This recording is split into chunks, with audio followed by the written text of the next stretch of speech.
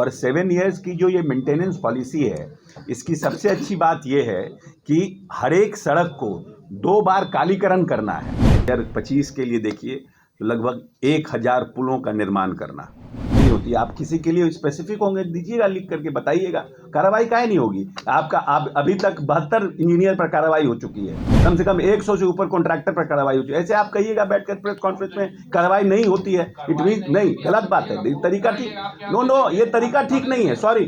इस response time में वो प्रॉब्लम को रिजॉल्व करना है और उसका सब हम अपने ऐप के माध्यम से उनको हम लोग क्या नाम है, मॉनिटर करेंगे। अभी जो हम लोग जो हमारा ये योजना है, ये जो 7 ईयर का जो हम लोगों ने प्लान बनाया है नया, इस योजना के अंतर्गत लगभग 26,700 किलोमीटर सड़क हम लोग ले रहे हैं और इसमें 14,860 पथों का टोटल जो है 14,860 पथ हैं, जिसमें 26,700 किलोमीटर है। लगभग 21,500 करोड़ रुपए का इस पर व्यय होगा फेज वाइज, इसमें 21,500 का होगा। इस पथों का विस्तृत परियोजना पहली बार इस डिपार्टमेंट ने इनिशिएटिव लिया है। I must appreciate my ACS कि ये एक ऐप के माध्यम से हम लोग इसको पूरे को डीपीआर बनवा रहे हैं। पहले भी डीपीआर बनते थे, लेकिन कुछ डीपीआर में देखते हैं हम लोगों की, अब हम जब मंत्री बने हैं तो बहुत उसमें डिविएशन आ रहा है। तो जो ऐप का बनाने का जो प्रोसेस था, तो उसमें कहीं ना कहीं थोड़ा फॉल्ट था, तो तब उसके चलते हमें बार बार डेविएशन है। मान लीजिए हमने टेंडर किया 100 करोड़ का, तो डेविएशन हो जा रहा है बाद में फिर 20 करोड़ का, तो डीपीआर बनाने में कहीं ना कहीं कुछ ना कुछ डिफॉल्ट रहता था। तो इस बार जो है हमारे एसीएस साहब ने और पूरी टीम ने, डिपार्टमेंट ने जो ये ऐप तैयार कराया है, वो ऐप के माध्यम से हो रहा है। और अभी तक हम लोगों ने 36 डीपीआर कंसल्टेंट जो है ऑलरेडी हम लोगों ने चयन कर दिया है, जो ऑलरेडी फील्ड में हैं, और इसको पूरी पारदर्शिता के साथ बनाया जा रहा है। इसमें हम लोग टोपोग्राफी सर्वे भी करा रहे हैं और ट्रैफिक सर्वे भी कर रहे हैं कि किसी सड़क पर अगर ट्रैफिक सर्वे बढ़ गया है तो हम उसको कैसे फर्दर स्ट्रेंथन करें, उसकी चौड़ाई को बढ़ाना है, उसकी क्या नाम है, स्ट्रेंथन मतलब मोटाई को बढ़ाना है, चौड़ाई को बढ़ाना है। इन दोनों चीज़ों पर भी हमारे जो कंसल्टेंट हैं उनका एडवाइस, ट्रैफिक सर्वे के पहली बार हमारे डिपार्टमेंट में ये दोनों बातें हो रही है, टोपोग्राफी सर्वे और ट्रैफिक सर्वे, और इसको हम लोग ऐप के माध्यम से कर रहे हैं, जिससे कि पूरी तरह से ये पारदर्शित रहे।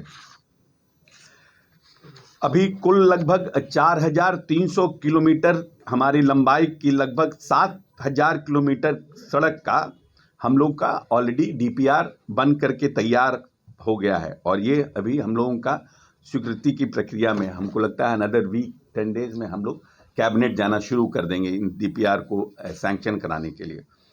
और शेष डीपीआर भी हम लोगों का अपना सेल्फ टारगेट है कि we will going to achieve this in the month of this January only. हमारा टारगेट है कि हम जनवरी एंड तक ये पूरा प्रोसेस को ख़त्म कर दें और फरवरी से हमारा टेंडर प्रोसेस शुरू हो जाए और हम फरवरी एंड से अपना टेंडर को शुरू कर दें, क्योंकि हमारा जो टारगेट है वो जून है। तो जब तक हम फरवरी 15 फरवरी एंड तक अवार्ड करना नहीं शुरू करेंगे, तब तक हम काम नहीं करा पाएंगे। इस वित्तीय वर्ष में लगभग हम लोग इसमें 500 करोड़ रुपया का व्यय संभावित है और 25-26 में लगभग 1,000 किलोमीटर पथों की स्वीकृति कर प्रारंभ मतलब 25 to 26 मार्च के बाद का हम लोगों ने लक्ष्य रखा है। 25-26 के प्रथम तिमाही में लगभग 2,000 करोड़ एवं शेष 9 माह की अवधि में 8,000 करोड़ का एक्सपेंस का हम लोगों ने प्लान रखा हुआ है।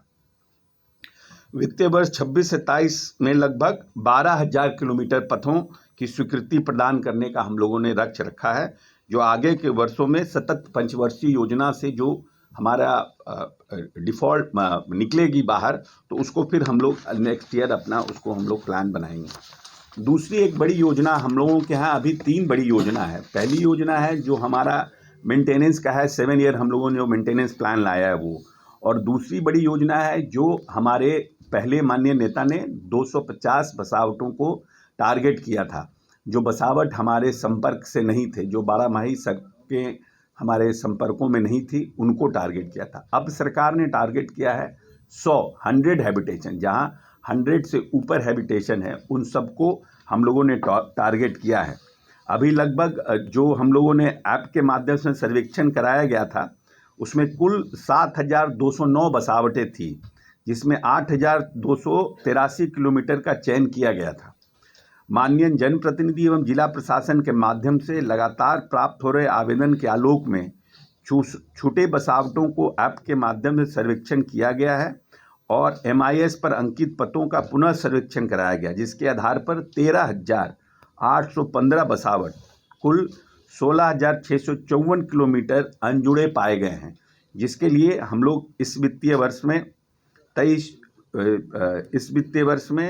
3,070 करोड़ की लागत से 2,794 बसावटों के लिए 2,650 किलोमीटर पथों की स्वीकृति प्रदान करते हुए निर्माण कार्य हम लोग शुरू करने जा रहे हैं। 24-25 में लगभग 6,795 करोड़ की लागत से 2,586 बसावट, लगभग 5,480 किलोमीटर के लिए पथों की स्वीकृति प्रदान करने का हम लोगों ने अपना लक्ष्य रखा है, जिसके लिए ऑनलाइन मोबाइल ऐप के माध्यम से विभागीय इम्पैनल्ड कंसल्टेंट के माध्यम से, जो हमारे कंसल्टेंट पहले से इम्पैनल्ड थे इसमें, उनके माध्यम से DPR भी हम लोग तैयार करा रहे हैं। शेष 8,435 बसावट को अगले 2 वित्तीय वर्ष में स्वीकृति की जाने का हम लोगों ने प्लान किया है। हम लोगों ने जो हमें फाइनेंस ने अप्रूवल दिया है, वी हैव डिसाइडेड दैट हम लोग 2 पार्ट में 100 हैबिटेशंस को डिवाइड कर रहे हैं। मार्च के पहले कुछ सैंक्शन कर रहे हैं और मार्च के बाद हम लोग कुछ का सैंक्शन कर रहे हैं, मगर हम लोगों की अपनी इच्छा है कि हम इसको जून के पहले इन सभी सड़कों पर जो हमारे बसावटी छूटे हुए हैं, उनको हम टारगेट कर रहे हैं कि हम उन सब पर काम और टेंडर फाइनल करके काम शुरू करवा दें। वित्तीय वर्ष 24-25 में 1,100 करोड़ तथा अगले वित्तीय वर्ष 25-26 के प्रथम 3 महीने के लिए अनुमानित व्यय लगभग 1,000 करोड़ है और अंतिम 9 माह में इसके लिए हम लोगों ने 2,000 करोड़ व्यय करने का लक्ष्य रखा है। ये 2 योजना हुई, एक हमारा 7 और एक 100 हैबिटेशन। थर्ड जो हमारी मेजर योजना है वो हमारा है मुख्यमंत्री सेतु योजना, और हमने जैसा आपको बताया कि फर्स्ट टाइम हम लोग इसको, माननीय नेता ने दोबारा इसको शुरू किया था। ये पहले हम लोग नाबार्ड पोषित ही पुल लेते थे, बनाते थे। जो भी हमारे यहाँ पुल सरकार बना रही थी वो नाबार्ड से, भारत सरकार नाबार्ड से हम लोग लोन लेकर के पुल बना रहे थे। लेकिन इस वर्ष जो हम लोग लोकसभा चुनाव के बाद हम लोग घूम करके आए थे और पूरी टीम ने माननीय मुख्यमंत्री जी के साथ जो बैठक की थी, उसमें हम लोगों ने माननीय नेता को ब्रीफ किया था और पुनः माननीय नेता एग्री किए कि नहीं, माननीय मुख्यमंत्री सेतु योजना को पुनः शुरू किया जाए और फाइनेंस के अप्रूवल के बाद इसको 9 वर्ष के बाद फिर से शुरू किया गया है। ये एक बड़ा अचीवमेंट हमारे विभाग के लिए है, क्योंकि हम लोग रोड तो बना देते थे लेकिन पुल नहीं बन पाता था, जिससे लोगों को उसका फ़ायदा बहुत जगह नहीं मिल पाता था। इधर से पुल रोड बन गया, इधर से रोड बन गया, लेकिन बीच में पुल नहीं बन पाया, जिसके चलते लोगों को परेशानी होती थी बरसातों में। तो उस समस्या से हम लोग इसको इस योजना से निदान पा लेंगे। 38 जिलों में से जो प्रभारी मंत्री हैं, उनमें 37 जिलों में हमारे अनुशंसा आ गई है और जो प्राप्त प्राथमिकता है उससे हम लोगों ने विस्तृत परियोजना प्रतिवेदन तैयार करने हेतु 13 DPR कंसल्टेंट का चयन किया है इसमें, और लगभग वर्तमान में 600 में 338 पुलों के विस्तृत परियोजना प्रतिवेदन हम लोगों को ऑलरेडी प्राप्त हो गया है। इस योजना के अंतर्गत इस वित्तीय वर्ष में 24-25 में 3,000 करोड़ की लागत से पुलों की स्वीकृति की जानी है एवं वित्तीय वर्ष 25-26 में 2,000 करोड़ के लागत के पुलों की स्वीकृति प्रदान करने का लक्ष्य है। मतलब 3,000 में हम 600 पुल लेंगे और 2,000 में हम 200 पुल लेंगे, 400 पुल लेंगे, 400 पुल लेंगे।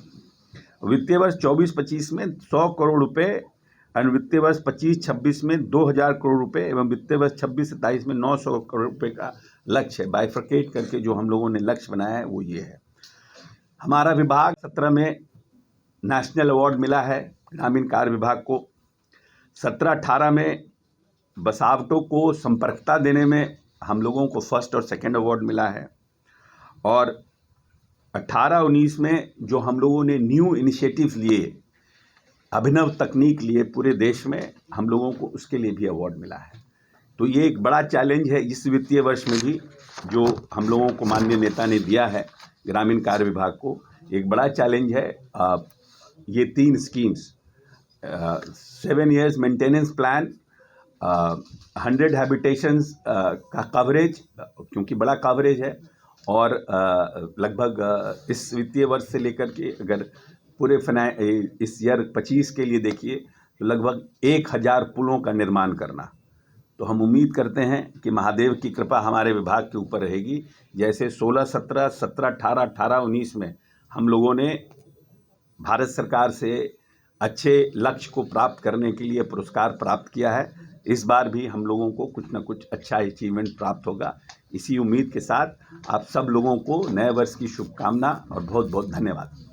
हुआ वो केस आपके यहाँ जांच के लिए दिया गया, आपके यहाँ से कोई कार्रवाई नहीं हो रही है, और फिर वो दूसरा रजिस्ट्रेशन करा करके आपके यहाँ काम कर रहा है। नहीं, देखिए ऐसा है कि ये समस्या हमारे विभाग में बहुत जेन्युइन है, कि जो आप बात कह रहे हैं ये बहुत जायज़ आपका प्रश्न है। ये बड़ा जेन्युइन है कि कॉन्ट्रैक्टर ब्लैक लिस्टेड हो जाते हैं, कार्रवाई हो जाती है, और कानूनन तौर पर हम उसको एक नए मतलब नाम से करने में हम कानूनन रोक नहीं पाते हैं। ये भी सत्यता है कि अब कोई आप उसके ऊपर FIR तो कर सकते हैं। जैसे विजिलेंस से आपके यहाँ पेपर गया, प्रूफ है, तो FIR कर दीजिए, वो अपने आप लाइन पर आ जाएगा। नहीं, आपके यहाँ से तो कोई कार्रवाई ही नहीं होती है। नहीं, ऐसा नहीं है। ये आरोप लगाना सत्य नहीं है। ये हम कहिएगा तो प्रूफ दे देंगे आपके यहाँ से। हाँ बिल्कुल, आप लेटर पे नहीं, आप दीजिएगा। ऐसा देखिए, ऐसा प्रेस कॉन्फ्रेंस में ऐसे आरोप लगाइएगा तो आई एम नॉट गोइंग, नहीं, I am not going to bite. I am not going to bite. ऐसा नहीं है ना कि आप हमको कोई भी कुछ भी कि हमारे यहाँ से कार्रवाई नहीं होती। आप किसी के लिए स्पेसिफिक होंगे, दीजिएगा, लिख करके बताइएगा। कार्रवाई काहे नहीं होगी? आप अभी तक 72 इंजीनियर पर कार्रवाई हो चुकी है, कम से कम 100 से ऊपर कॉन्ट्रैक्टर पर कार्रवाई हो चुकी है। ऐसे आप कहिएगा बैठकर प्रेस कॉन्फ्रेंस में कार्रवाई नहीं होती है, इट मीन नहीं, गलत बात है। तरीका ठीक, नो, ये तरीका ठीक नहीं है। सॉरी, वेरी सॉरी, ये तरीका ठीक नहीं है। आप यू कैनॉट ब्लेम। हाँ, आप ये कहिए कि उसके ऊपर कार्रवाई नहीं हो, that is a different thing, but you can't blame कि आपके यहाँ कार्रवाई नहीं होती है। इतने साल में हमारे यहाँ, जब से हम इस विभाग में आए, इतनी कार्रवाई हुई है, तो कैसे कार्रवाई हो गई? बिल्कुल, काहे नहीं देंगे, बिल्कुल देंगे, आपको पूरा लिस्ट देंगे। आपका ऐसा है कि कोई स्पेसिफिक मामला है, या तो आप स्पेसिफिक मामला हो तो अभी दे दीजिए। हो सकता है कोई भी कार्रवाई किसी के ऊपर छूट गया हो, या वो कार्रवाई कहीं प्रक्रिया में हो। आप तो तभी जानेंगे ना उस बात को जबकि वो कार्रवाई अंतिम स्तर पर पहुंचेगी। बाकी हमारी संचिका में कहाँ क्या कार्रवाई हो रही है, ये तो कोई पब्लिक डोमेन में नहीं आता है। आपका कोई स्पेसिफिक मामला है, आप बिल्कुल देने के लिए स्वतंत्र हैं। हम लोगों ने तो इसीलिए आप पब्लिक के लिए भी ऐप कर दिया है कि भाई कोई भी आदमी कहीं से भी सड़क खराब हो, अभी तक तो खाली इंजीनियर नहीं या खाली वहां के जनप्रतिनिधि नहीं, आम आदमी भी उसकी सड़क का करे। अब ये इसका मतलब ये नहीं है कि हम रातों रात सबको ठीक कर देंगे, कम से कम मेरी जानकारी में तो आएगा वो चीजें। उसी तरह से एक जनता होने के नाते आप पत्रकार हैं, आपका ये कर्तव्य है कि कोई हमारे डिपार्टमेंट के स्तर से कोई ढिलाई अगर आपको परिलक्षित हो रही है, आप बिल्कुल उसको मेरी नजर में लाइए। बजाय प्रेस कॉन्फ्रेंस के, या यहाँ पर आपने उठाया भी है, आप अलग से कभी भी मिल लीजिए। हम तो 24 घंटे मिलते हैं, जितना देर ऑफिस में रहते हैं, कभी भी आके मिल के दे दीजिए। और वक्त धन्यवाद ज्ञापन का। केवल 3 पुल थे हमारे डिपार्टमेंट के, और उसमें से पहला जो अररिया नदी में, अररिया डिस्ट्रिक्ट में बकरा नदी पर जो पुल था, एक वो पुल था जिसमें ये पाया गया था कि वो कंस्ट्रक्शन की क्वालिटी और DPR जो है सही नहीं बनने के कारण ही वो पुल ध्वस्त हुआ था। उसकी जांच हम लोगों ने IIT और टेक्निकल विजिलेंस दोनों टीमों से हम लोगों ने अलग अलग पैरेलली कराया, ताकि किसी को कोई कहने के चांसेस नहीं रहे कि ये जांच प्रतिवेदन ठीक नहीं है। और उसके बाद इसमें संबंधित जितने भी अभियंता थे, उन सभी अभियंता को आज की तिथि तक भी निलंबित है, और सबके ऊपर डिपार्टमेंटल प्रोसीडिंग प्रारंभ हो गई है सक्षम स्तर से आदेश लेके। और उसके बाद एक बार डिपार्टमेंटल प्रोसीडिंग के बाद जो भी पनिशमेंट होगा वो किया जाएगा। जहां तक 2 और पुल जो गिरे थे, एक मोतिहारी में घोड़ा सहन में और एक मधुबनी में, वो दोनों पुल गिरे नहीं थे। मोतिहारी में जो पुल गिरा था उसमें उसी दिन ढलाई हुई थी, जिसको गांव वालों ने के साथ कुछ विवाद के कारण रात में उसको कुछ लोगों के द्वारा उसकी शटरिंग हटा दी गई थी, इसलिए उसका स्लैब गिरा था। वो उसके लिए FIR भी दर्ज हुआ था। बाद में कॉन्ट्रैक्टर ने उसको पूरा भी कर दिया, उसने खुद से नए सिरे से ढलाई करके। और दूसरा जो मधुबनी में था उसमें नदी में अचानक पानी आ जाने के कारण उसकी शटरिंग हिल गई थी, इसके कारण से गिरा था। तो वस्तुतः एक ही पुल है हमारे डिपार्टमेंट का जो अररिया जिले में हुआ था, वही पुल था और उस पर पर्याप्त कार्रवाई हुई है। और इसके आगे भी हम लोगों ने इसीलिए, जैसा कि माननीय मंत्री जी ने बताया, कि अब जो पुल का हम लोग DPR बना रहे हैं उसको ऐप के माध्यम से बनाया जा रहा है, यानी उसमें यह संभावना बिल्कुल नहीं रहेगी कि बिना वहां का हाइड्रोलॉजिकल सर्वे किए हुए और सॉइल इन्वेस्टिगेशन किए हुए कोई भी कंसल्टेंट अपने घर में बैठ के उसका DPR बना दे।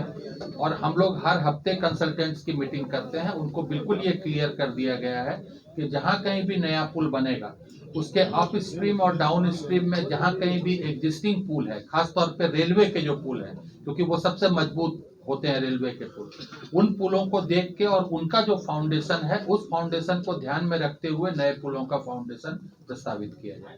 आलोक सर, एक सवाल है, ये जो इसका जो हम लोगों की मेंटेनेंस पॉलिसी थी, इसको आप कह रहे हैं कि बहुत, तो उसमें कहीं ना कहीं कुछ फ्लॉ था, कोऑर्डिनेशन प्रॉपर नहीं था। तभी हम लोगों ने ये 7 साल का मेंटेनेंस पॉलिसी लाया है, क्योंकि ये 5 साल की भी जो मेंटेनेंस पॉलिसी थी बहुत पुरानी नहीं है, ये भी नई थी, अभी कुछ वर्ष पहले हम लोग 20 साल पुरानी बस। हाँ, तो हम लोगों ने वो बहुत इफ़ेक्टिव नहीं हो पा रहा था, क्योंकि हमारे यहाँ ट्रैफिक फ्लो बढ़ गया था, हमारे यहाँ तो लोड बढ़ गए थे ट्रैफिक पे, और हम जो मेंटेनेंस के लिए पैसा देते थे और जो बनाने के लिए पैसा देते थे, उसमें 5 साल वाला जो मेंटेनेंस के लिए हम लोग देते, तो वो बहुत ऐप्ट नहीं था कॉन्ट्रैक्टर के लिए, बहुत वाइबल नहीं था। तो उसमें देखते थे कि जनरल कॉन्ट्रैक्टर, इसलिए ये इतना ब्रेन स्टॉर्मिंग करने के बाद डिपार्टमेंट ने ये 7 ईयर लाया है। और 7 ईयर्स की जो ये मेंटेनेंस पॉलिसी है, इसकी सबसे अच्छी बात ये है कि हर एक सड़क को 2 बार कालीकरण करना है। हर एक सड़क को जो भी कॉन्ट्रैक्टर है उसको 2 बार कालीकरण करना है, फुल कालीकरण करना है। इसीलिए ये बहुत मतलब ब्रेन स्टॉर्मिंग करने के बाद ये हम लोग स्कीम लेकर के आए हैं। इसीलिए हमको लगता है कि इस स्कीम के बाद हम लोगों की रोड की स्थिति पहले से मच बेटर होगी। सर, ये 1000 जो पुल हैं जो बनने हैं, इसमें कितने नए बनेंगे और कितने रिकंस्ट्रक्शन हैं 1000 में से? ये ज्यादातर नए पुल हैं, लेकिन ज्यादातर नए पुल ही हैं। जो पुल जो है अभी जहाँ पर नहीं है, गैप है या वो गैप के पर्पज से ही था। ये ज्यादातर नए पुल हैं। 90% हमें लगता है 90% पुल जो है वो नए हैं। 10% ऐसे पुल हैं जिनकी स्थिति खराब है या कहीं पर कोई, तो उनको हम लोग रिप्लेस कर रहे हैं, बट 90% पुल जो है वो नए हैं। मंत्री महोदय, आपके संजय जी ने और विभाग की टीम ने इनिशिएटिव लेकर के, संजय जी की इनिशिएटिव पर पूरी टीम ने एक किताब आज हम लोग विमोचन करने जा रहे हैं। एक किताब का लिखने के पीछे संजय जी का और विभाग का थॉट प्रोसेस ये था कि हम कैसे नए टेक्नोलॉजी को यूज़ कर रहे हैं और किस तरह से हम और कैसे हम अपने डिपार्टमेंट को और फर्दर जिसको बोलते हैं टेक्निकली साउंड कर रहे हैं। और ये अब इसके माध्यम से इसमें और क्या न्यू हम लोग प्रोसेस और न्यू सिस्टम हम लोग यूज़ कर रहे हैं और कैसे हम ज़्यादा से ज़्यादा अपने कामों में पारदर्शिता बरतें, हैं उसके लिए ये किताब निकाला गया है। और ये बेसिकली हमारे जो टेक्निकल टीम है और हमारे लोग हैं, जो सेंसिटिव लोग हैं, उनको जानकारी के लिए ये जा रहा है। And this is happening for the first time in our department. ये पूरे समय में पहली बार ये इनिशिएटिव लिया गया है।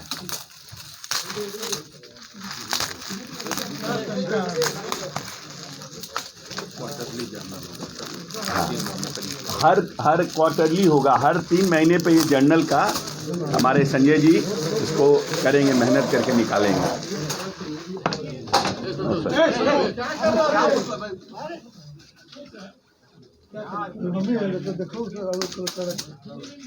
अरे बैठ जाइए, कौन है?